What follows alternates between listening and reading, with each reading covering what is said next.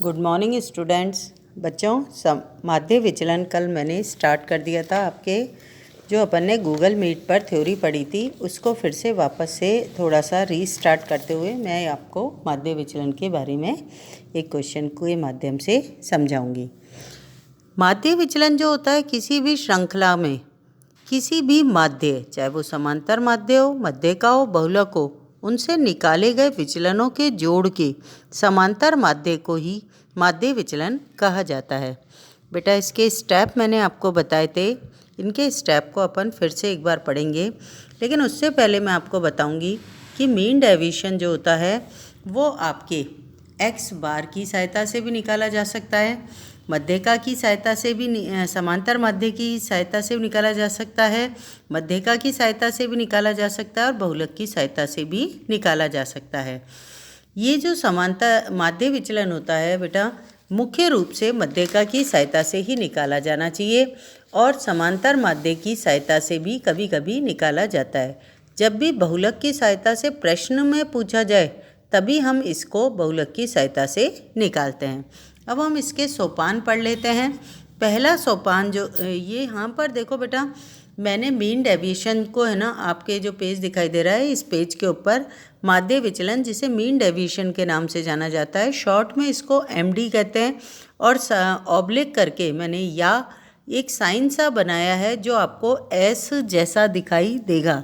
इस एस को थोड़ा सा नीचे की साइड और जहाँ पर दोनों के स्टार्टिंग और एंडिंग पॉइंट है वहाँ पर थोड़ा सा आप इसको घुमाव सा दे दोगे तो ये साइन आपका मीन डेविएशन का भी कहलाता है। इस साइन को अपन डेल्टा के नाम से डिनोट करेंगे। मैंने साइन लिखा है ना यहाँ पर, यहाँ ये वाला जो साइन है इसको किस नाम से जान रहे हैं अपन? डेल्टा। सबसे पहले अपन ने डेल्टा एक्स बार लिखा है मैंने एरो बनाकर, जिसका अर्थ क्या होता है? मीन डेविएशन बाय एक्स बार, समांतर माध्य की सहायता से माध्य विचलन की गणना। फिर मैंने लिखा है डेल्टा एम, इसका अर्थ क्या होता है? Mean deviation by median, median मतलब मध्यिका की सहायता से माध्य विचलन ज्ञात कर रहे हैं। और तीसरे नंबर पर लिखा है डेल्टा जेड, जिसका अर्थ होता है मीन डेविएशन बाय जेड या बहुलक की सहायता से माध्य विचलन की गणना करना। अब इसके स्टेप दे रखे हैं। स्टेप के अंतर्गत जो पहला स्टेप आता है वो होता है श्रृंखला। श्रृंखला से मतलब जो आपका क्वेश्चन दिया हुआ है उसकी श्रृंखला। श्रृंखला का एक्स बार, एम और जेड समांतर माध्य, मध्यिका और बहुलक ज्ञात करेंगे। दूसरा स्टेप क्या होता है? जो समांतर माध्य, मध्यिका और बहुलक है, एक्स बार, एम और जेड है, की सहायता से विभिन्न मदों का विचलन, विचलन मतलब डिवीजन ऑफ एक्स सीरीज करेंगे। मूल्यों का जो हम विचलन करते हैं ना, जैसे हमने लघु रीति के अंदर किया था वैसे विचलन हम करेंगे। लेकिन ब्रैकेट में मैंने लिखा है प्लस और माइनस के साइन बनाए, मतलब जो धनात्मक और जो ऋणात्मक संख्याएं प्राप्त होंगी के चिन्हों को ध्यान में नहीं रखते हुए करेंगे। मतलब जितना भी हमारे द्वारा विचलन किया जाएगा डिवीजन ऑफ एक्स सीरीज का समांतर माध्य, मध्यिका और बहुलक की सहायता से, उन्हें हम मॉड्यूलस रेखाओं की सहायता से इंडिकेट कर देंगे। मतलब दो सीधी खड़ी हुई रेखाओं की सहायता से इंडिकेट कर देंगे। इसका मतलब होता है कि हमने प्लस और माइनस के चिन्हों को इग्नोर कर दिया है। थर्ड स्टेप में मैंने इसको लिखा है, इसके लिए deviation of X bar, deviation of M और डेविएशन ऑफ जेड के जो मान पर दोनों साइड में सीधी खड़ी हुई रेखा को खींचेंगे, जिसे हम क्या कहते हैं? मॉड्यूलस डी एक्स बार, फिर मॉड्यूलस डी एम और मॉड्यूलस डी जेड। इन रेखाओं को मॉड्यूलस लाइन के नाम से जाना जाता है। ये जो दोनों सीधी रेखाएं खींची गई ना, डी एक्स बार, डी एम और डी जेड के ऊपर, ये मुख्य रूप से मॉड्यूलस लाइंस के नाम से जानी जाती हैं। फिर चौथे नंबर के स्टेप के अंतर्गत हमारे द्वारा क्या किया जाएगा? ये जो हमने विचलन किया है ना, इस विचलन का योग कर लेंगे। उसको हम क्या कहेंगे? ब्रैकेट में लिखा हुआ है सिग्मा, फिर मॉड्यूलस की लाइनों के बीच में क्या लिखा हुआ है? डी एक्स बार, सिग्मा डी एम मॉड्यूलस की लाइनों के बीच में, और सिग्मा डी जेड मॉड्यूलस की लाइनों के बीच में। ये जो योग हमें प्राप्त हुआ है इसमें मदों की संख्या, मदों की संख्या मतलब नंबर ऑफ आइटम या टोटल ऑफ फ्रीक्वेंसी से भाग देकर माध्य विचलन को प्राप्त किया जा सकता है या मीन डेविएशन को प्राप्त किया जा सकता है। अब अपने नेक्स्ट पेज पर आप लोग चले जाइए। यहाँ पर आपको एक विशेष नोट करके जो मैं आपको बता रही हूँ कि मुख्य रूप से जो मीन डेविएशन होता है, माध्य विचलन होता है, वो आपके मध्यिका की सहायता से निकाला जाता है बच्चों, और जो प्रमाप विचलन होता है वो आपके समांतर माध्य की सहायता से निकाला जाता है। कभी कभी हम बहुलक की सहायता से जब प्रश्न में पूछा जाता है तो उसको भी उसके तरीके से निकाल सकते हैं। मीन डेविएशन को बहुलक की सहायता से भी निकाला जाता है, लेकिन सामान्यतः मध्यिका की सहायता से, कभी कभी एक्स बार की सहायता से या समांतर माध्य की सहायता से, और प्रश्न में पूछे जाने पर बहुलक की सहायता से भी इसे ज्ञात किया जा सकता है। यही चीज़ नोट में आपने लिखी है। फिर इसके सूत्र पर आ गए। सूत्र जो है यहाँ पर जो दिया गया है प्रत्यक्ष रीति से है। मैंने आपको कल बताया था कि प्रत्यक्ष रीति और लघु रीति दो विधियों से माध्य विचलन की गणना की जाती है। बेटा यहाँ पर मैं आपको प्रत्यक्ष रीति से ही माध्य विचलन की गणना करना सिखा रही हूँ, जिससे हम फॉर्मूले में कंफ्यूज नहीं हो, एक स्टेप से ही सीख लें। वैसे कई तरीक़ों से माध्य विचलन की गणना की जा सकती है मैथ्स के अंदर, लेकिन हम अपने इकोनॉमिक्स स्टैट के अंतर्गत जब हम पढ़ते हैं, स्टैटिस्टिक्स के अंतर्गत पढ़ते हैं, तो यहाँ पर माध्य विचलन के लिए हम केवल प्रत्यक्ष रीति के फॉर्मूले का ही प्रयोग करेंगे। ठीक है, सबसे पहले मैं मध्यिका की सहायता से माध्य विचलन का फॉर्मूला बता रही हूँ।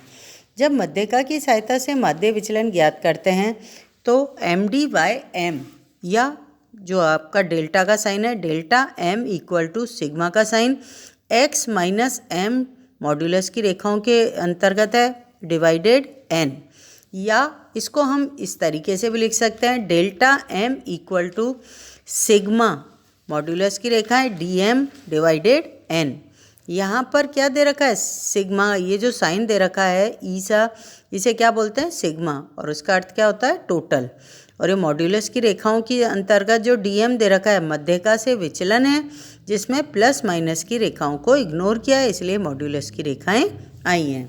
ये हमारा मध्यिका की सहायता से माध्य विचलन का सूत्र है।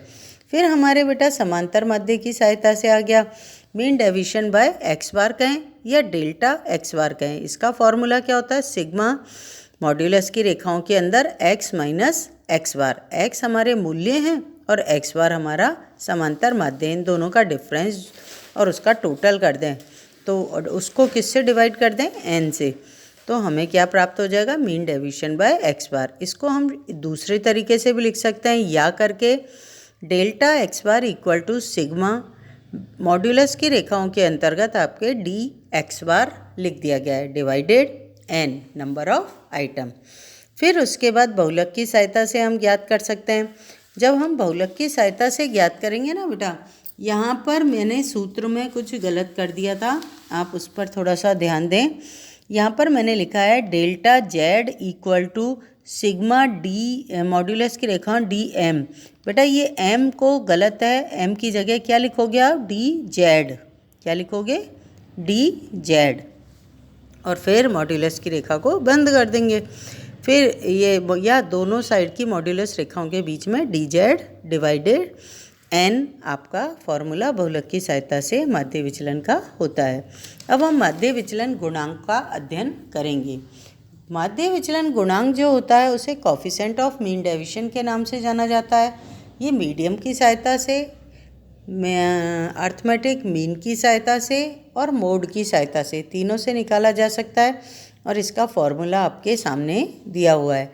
जब मीडियम से निकालेंगे coefficient of mean deviation by median तो MDM डिवाइडेड M कर देंगे। जब एक्स बार की सहायता से निकालेंगे तो coefficient of mean deviation by x bar equal to MD x bar divided x bar कर देंगे। और जब बहुलक की सहायता से या Z की सहायता से निकालेंगे तो coefficient of mean deviation Z equal to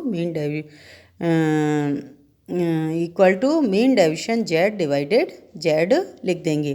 फिर प्रत्येक शब्द को डिफाइन कर दिया गया। यहाँ हमारे ये फॉर्मूले मैंने तुम्हें समझा दिए हैं। अब हम एक क्वेश्चन लेते हैं बेटा। क्वेश्चन के अंतर्गत आपके जो दिया हुआ है क्वेश्चन के अंतर्गत आपको मीन डेविएशन एक्स बार ज्ञात करना है। देखो सबसे ऊपर ही ऊपर मैंने लिखा है mean deviation by x bar ज्ञात करना है, मीन डेविएशन बाय मीडियन ज्ञात करना है, coefficient of mean deviation x bar ज्ञात करना है, सेकेंड लाइन के अंदर मैंने यही लिखा है, और coefficient of mean deviation by median भी आपको ज्ञात करना है। तो इस तरह से आपको 4 क्वेश्चन इसमें सॉल्व करने हैं। एक तो समांतर माध्य की सहायता से मीन डेविएशन ज्ञात करना है, कोफिशिएंट ऑफ मीन डेविएशन ज्ञात करना है, और एक आपको मध्यिका की सहायता से मीन डेविएशन ज्ञात करना है, जिसके अंतर्गत आपको क्या करना है, मीन डेविएशन ज्ञात करना है और coefficient of mean deviation by median भी ज्ञात करना है। तो 4 क्वेश्चन हो गए। अब क्वेश्चन अपन देखते हैं। क्वेश्चन जो आपके दे रखा है ना बेटा, ये व्यक्तिगत श्रेणी का दे रखा है। इसमें आपके मजदूरी दी हुई है, मजदूरी को हम वेजेस कह सकते हैं। मजदूरी आपके रुपए में दी हुई है 40, 42, 45, 47, 50, 51, 54, 55 और 57। एक बार मैं फिर से रिपीट कर रही हूँ आपकी मजदूरी क्वेश्चन के अंदर 40, 42, 45, 47, 50, 51, 54, 55, 57। यहाँ पर ये जो मजदूरी दे रखी है, इसके पहले मैंने एक कॉलम और बना लिया सीरियल नंबर का। कितने लोग सम्मिलित हैं, ये मजदूरी कितने लोगों को दी जा रही है, 40। मैंने सारे सीरियल नंबर नाम तो मुझे पता नहीं है मज़दूरों के, तो मैंने सीरियल नंबर डाल दिए 1 2 3 4 5 6 7 8 9 मज़दूरों की ये टोटल मजदूरी दी हुई है। सबसे पहले मैं समांतर माध्य की सहायता से विचलन को ज्ञात करूंगी या माध्य विचलन को ज्ञात करूंगी।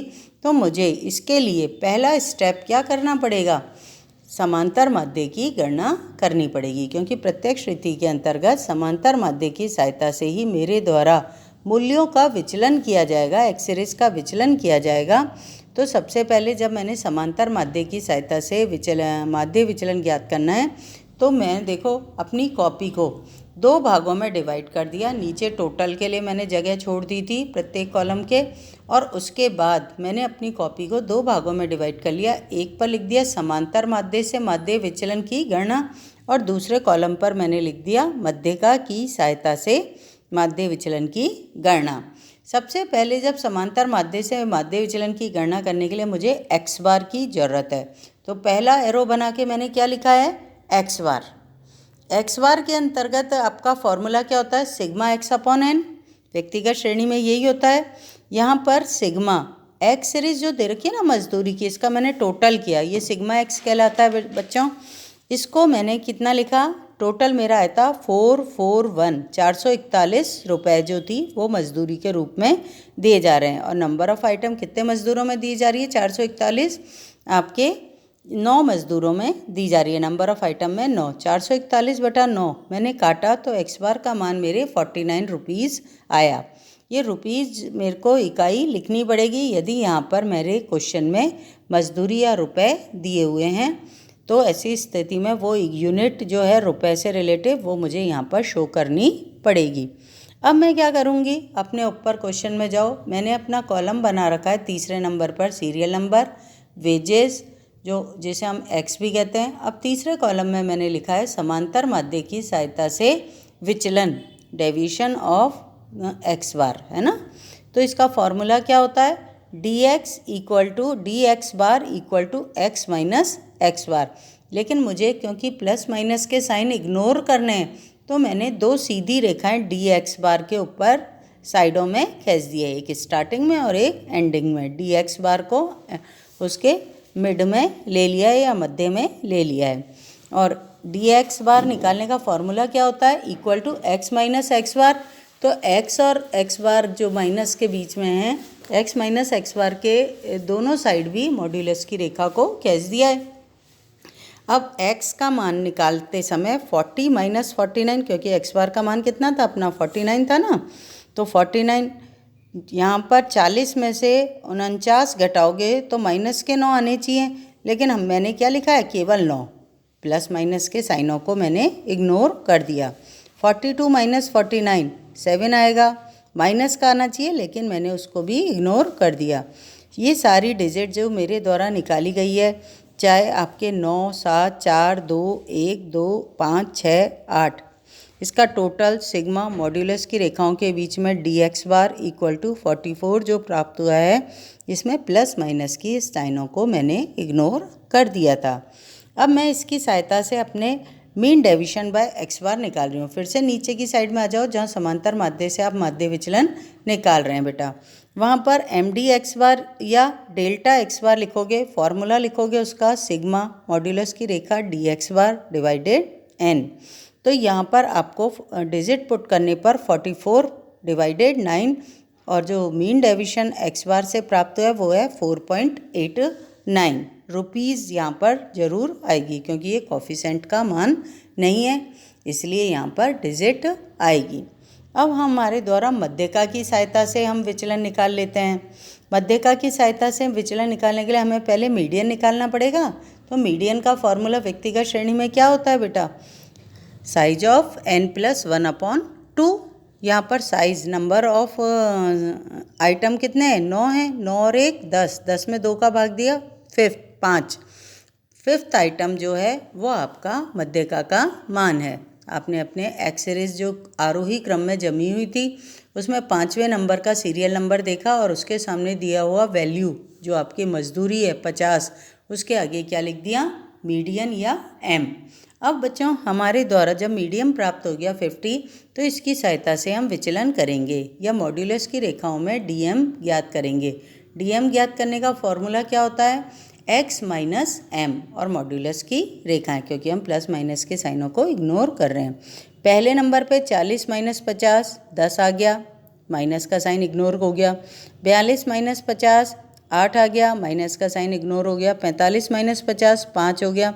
इसी तरह आगे 3 0 1 4 5 7 टोटल हमारा सिग्मा मॉड्यूलस की रेखाओं में डीएम 43 आ गया। अब हम मीन डेविएशन बाय मीडियम ज्ञात करेंगे। तो ऐसी स्थिति के अंतर्गत हमारा जो फॉर्मूला है मीन डेविएशन बाय मीडियम या delta M equal to sigma, नीचे ही नीचे लिखा हुआ है बेटा आपके, सिग्मा मॉड्यूलस की रेखाओं में डीएम डिवाइडेड एन। यहाँ पर हमारे द्वारा जब मध्यका की गणना की गई तो फॉर्मूले के अनुसार जब डिजिट पुट करेंगे हम, तो हमारी 43 डिवाइडेड 9 और काटने पर 4.78 हमें जो प्राप्त हुआ है ये हमारा मीन डेविएशन बाय मीडियन है। इसके साथ आपको रुपए लिखने ही पड़ेंगे। यहाँ पर हमने मीन डेविएशन बाय मीडियम भी निकाल लिया, mean deviation by x bar भी निकाल लिया।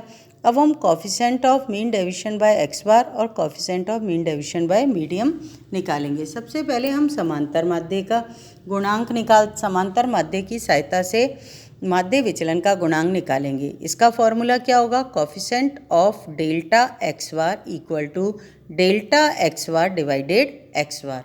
यहाँ पर फॉर्मूले में डिजिट पुट करेंगे। डेल्टा एक्स बार की जगह क्या लिखेंगे? 4.89 और एक्स बार की जगह क्या लिखेंगे? 49। तो हमें जो काटने पर प्राप्त हुआ वो होगा 0.099। ये कोफिशिएंट ऑफ डेल्टा एक्स बार कहलाएगा। इसी तरह से हम मध्यका का भी कोफिशिएंट निकाल सकते हैं। उसका फॉर्मूला होगा coefficient of delta M equal to delta M divided M. यहाँ पर आपके डिजिट पुट करिए आपने, तो डेल्टा एम कितना था आपके? 4.78 और एम मध्यका कितनी थी आपके? 50। तो उसको 4.78 को 50 से काटोगे तो कोफिशिएंट ऑफ डेल्टा एम का मान 0.095 आएगा। ठीक है बेटा, आज के लिए अपना इतना ही। मैं 1-2 क्वेश्चन आपको भेज रही हूँ, इन क्वेश्चन को आप करके देखना, इससे आपकी अच्छे से प्रैक्टिस हो जाएगी। ठीक है, थैंक यू बेटा।